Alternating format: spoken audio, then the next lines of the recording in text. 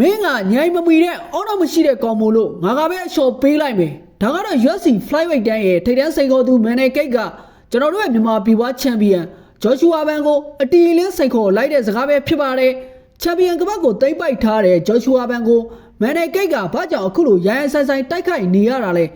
ဂျော်ရှူအာဘန်ကရောဒီဘိုက်ပုံမှာကြီးလို့သူခေါ်တဲ့မန်နယ်ကိတ်ကိုဘယ်လိုမျိုးအပိုင်တုတ်ပြန်လိုက်တယ်လဲဒီနေ့ဗီဒီယိုမှာတော့ကမ္ဘာ့ဆင် MMA လောကကိုကင်လုံနေတဲ့သူတို့နှစ်ယောက်ရဲ့ social media ပေါ်ကတွဲဆူစရာစကားစစ်ထိုးပွဲအကြောင်းကိုအသေးစိတ်တင်ဆက်ပေးသွားမှာပါပြီးခဲ့တဲ့ဒီဇင်ဘာမှာပန်ဒိုဂျာကိုနိုင်ယူပြီးချန်ပီယံကပတ်သိမ်းပိုက်ခဲ့တဲ့ဂျော်ရှူအာဘန်အတွက်ပထမဆုံးကပတ်ကာကွယ်ပွဲမှာရေးချယ်စရာတွေအများကြီးရှိနေပါတယ်ဒဏ်ရာရနေတဲ့ပန်ဒိုဂျာနဲ့ပြန်ထိုးမလားဒါမှမဟုတ်ဘရန်ဒန်ရိုက်ဘယ်ကိုနိုင်ယူထားတဲ့မန်နယ်ဂိတ်နောက်ပြီးတက်ဆူရိုတိုင်နာတို့နဲ့ထိုးမလားဆိုတာစောင့်ကြည့်ရမှာပါဒါပေမဲ့အခုတော့ဂျော်ရှူအာဘန်နဲ့မန်နယ်ဂိတ်တို့ဟာ Twitter အိတ်ပေါ်မှာတယောက်နဲ့တယောက်အပြင်းထန်ရန်စနေကြပါပြီမန်နယ်ဂိတ်ကဂျော်ရှူအာဘန်ကိုအခုလိုစတင်တိုက်ခိုက်ရကနေဇလန်းရှည်ကြီးဖြစ်လာတာပါမန်နယ်ဂိတ်က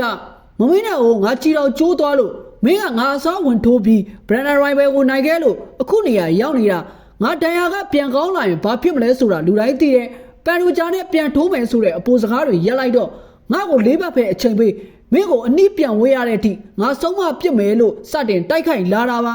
ဂျော်ရှူအာဘန်ကလည်းအလျှော်မပေးပဲအခုလိုပြန်တုံ့ပြန်လိုက်ပါတယ်ရင်သားကြီးတဲ့ကောင်ပထမတစ်ခါငါနဲ့ထိုးဖို့ကန်လန်တုံးကဘာလို့ဟင်းရင်လို့ညင်းကြလဲဆိုတာလူတွေကိုပြောလိုက်အောင်လေကောင်မကြီးလို့ဘိုက်ပူနေတဲ့ကောင်ဆိုပြီးထီထီမိမိတုံ့ပြန်ခဲ့ပါတယ်မန်နယ်ဂိတ်ကသူဘာလို့အဲ့ဒီတုံးကမထိုးပြစ်တာလဲဆိုတာကိုပြန်ရှင်းပြခဲ့ပါတယ်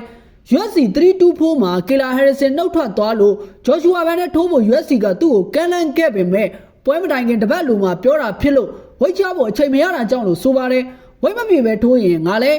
အာမန်ဆာရူဂျန်လိုပဲဖြစ်သွားမှာပေါ့လို့သူကပြောပါတယ်ဒါပေမဲ့ဂျော်ရှူအာဘန်ကတော့အပေါ်တွေပြောမနေနဲ့မင်းစာချုပ်လက်မှတ်မထိုးချင်ခဲ့တာပဲလို့ထပ်ပြီးတိုက်ခိုက်ခဲ့ပါတယ်နောက်ဆုံးမှာတော့မန်နယ်ဂိတ်ကဂျော်ရှူအာဘန်ကိုအုံနောက်မရှိတဲ့ကောင်လို့ဆိုပြီးစိန်ခေါ်လိုက်ပါတယ်မင်းကညင်နေနေတဲ့ကောင်ဆိုတော့ငါကပဲအလျှော်ပေးလိုက်မယ်တကယ်လို့မင်းစာချုပ်လက်မှတ်ထိုးချင်တယ်ဆိုရင်မလ9ရက်နေ့ UFC 326မှာထိုးဖို့လက်မှတ်ထိုးလိုက်ဆိုပြီးပြောဆိုလာပါတယ်တစ်ဖက်မှာလည်းဂျပန်ဖိုက်တာလေးတိုင်ရာကမန်နယ်ဂိတ်ရဲ့လက်မှတ်မထိုးတာကိုသိရှိသွားပြီးသူကဂျော်ရှူအာဘန်နဲ့ခပတ်လူဖို့အဆင်သင့်ဖြစ်နေပြီလို့ပြောလာပါတယ်ဂျော်ရှူအာဘန်ကတော့ဘယ်သူနဲ့မဆိုထိုးဖို့အဆင်သင့်ပါပဲဒါပေမဲ့သူကမန်နယ်ဂိတ်ကိုပို့ပြီးပါဇက်ပိတ်ပေးချင်နေတာပါတစ်ဖက်မှာလည်းတိုင်ရာဟာဂျပန်ရဲ့ပါရမီရှင်ဖြစ်တယ်လို့ရှုံးဝဲမရှိကစားထားသူမလို့ဘန်နဲ့တိုင်ရာပွဲဟာအာရှရဲ့အကြီးကျယ်ဆုံး flyweight ပွဲစဉ်ဖြစ်လာနိုင်ပါတယ်လက်ရှိမှာတော့မန်နယ်ဂိတ်ကလာမယ့်မတ်လ9ရက်နေ့ UFC 326မှာထိုးဖို့ဂျော်ရှူအာဘန်ကိုရာဇသံပေးထားပါတယ်ဂျော်ရှူအာဘန်ဟာပထမဆုံးခပတ်ကောက်ွယ်ပွဲမှာတင်ဒီလိုအန်တယ်များတဲ့ပြိုင်ဘက်ကိုလဲထိုးပြီး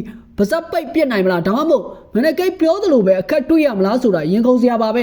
2026ခုနှစ်ဟာမြန်မာဖိုက်တာဂျော်ရှူအာဘန်အတွက်သူ့ရဲ့ချန်ပီယံအဆင့်တန်းကိုကမ္ဘာကိုတက်တည်ပြမယ်နေ့တစ်နေ့ဖြစ်ပါတယ်အခုကြည့်နေတဲ့ပရိသတ်တွေအနေနဲ့ရောဂျော်ရှူအာဘန်ဟာဟောင်းဝါဖြစ်နေတဲ့မန်နယ်ဂိတ်ရဲ့ပါဇက်ကိုအပြီးတိုင်ပိတ်ပေးသွားနိုင်မလားဆိုတာကွက်မှန်မှာခံမှန်းပေးကြပါဦး